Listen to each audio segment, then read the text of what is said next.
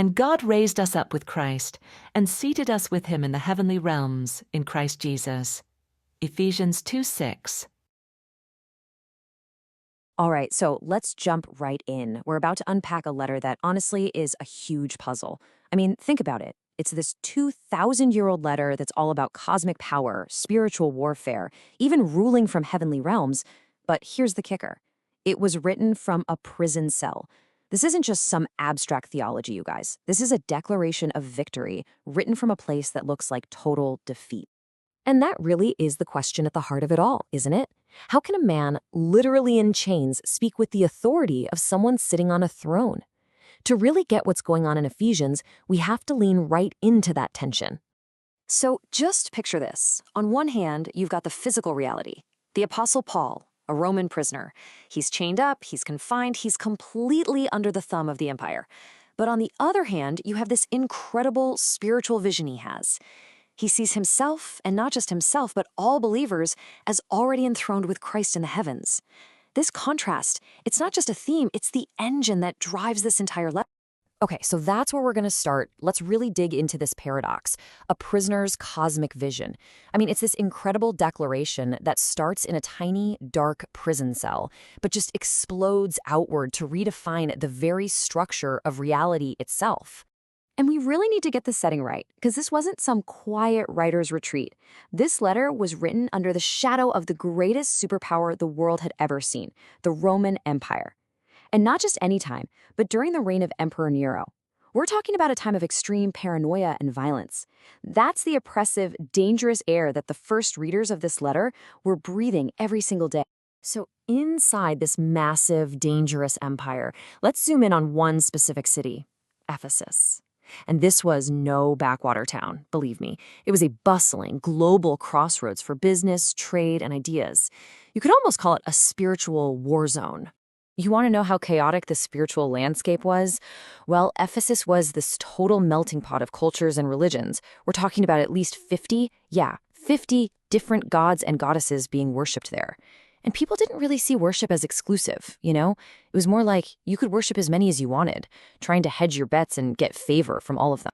And towering over everything, the skyline, the economy, the city's entire identity, was this absolutely massive structure, the Temple of Artemis. We're talking one of the 7 wonders of the ancient world. It was the center of everything. But here's the thing you gotta understand about the temple. It wasn't just a place for worship. No way. It was this complete fusion of money, power, and spirituality. It was the city's biggest bank. It was the engine of a huge tourist industry. It was a marketplace. And it was a center for ritual magic. So you can imagine, when Paul's message about one single true God starts to catch on, it wasn't just some friendly theological debate. It was a direct threat to the entire economic and political system of the city.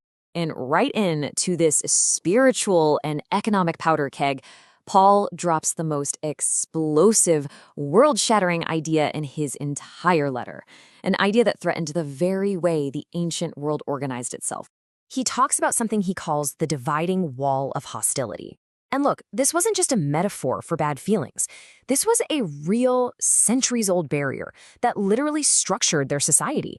It decided who was in and who was out, who was considered clean and who was unclean. It was the line separating Jew from Gentile, and it was the bedrock of the social order. And then comes the knockout blow. Paul doesn't say that Christ put a gate in the wall or that he weakened it or that he negotiated a truce with it. He says Christ destroyed it, obliterated it, smashed it into a million pieces. The barrier is gone.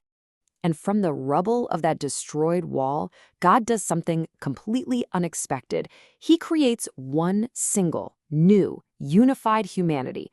Now, this wasn't just a nice thought about everyone getting along. It was a direct assault on the world's power structures, which, let's be honest, absolutely thrive on division.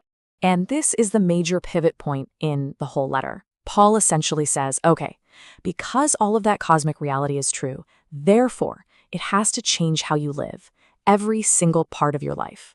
The theology has to get practical. The cosmic has to get personal. And Paul gives us this really powerful picture for it.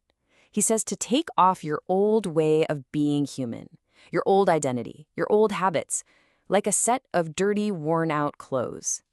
And in its place, you put on this new humanity, an identity where the very image of God is being restored in you. So what does that actually look like day to day, wearing this new humanity?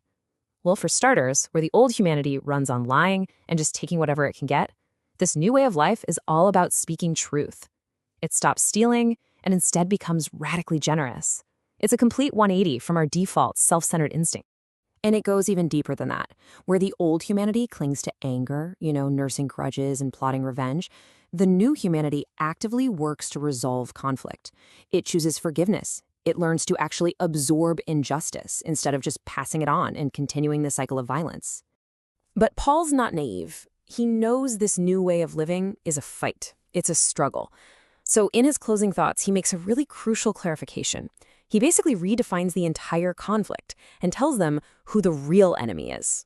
He tells them, listen, stop fighting each other. Your neighbor is not the problem. That other political party, that other ethnic group, they are not the enemy. He says your struggle is not against flesh and blood. The real fight, it's spiritual. And to stand firm in that fight, Paul tells us to put on the full armor of God. But, and this is key, this isn't about literal armor. If you look closely, each of these pieces, the belt of truth, the breastplate of righteousness, the shield of faith, they are all attributes of the Messiah King that are described back in the book of Isaiah. So we're not just putting on gear, we're supposed to put on the Messiah's own character as our defense.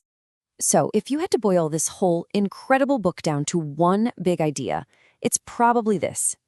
God is creating one new family in Christ. And this family is united, it's empowered by His Spirit, and its very existence is designed to be this masterpiece that displays His wisdom to the entire universe.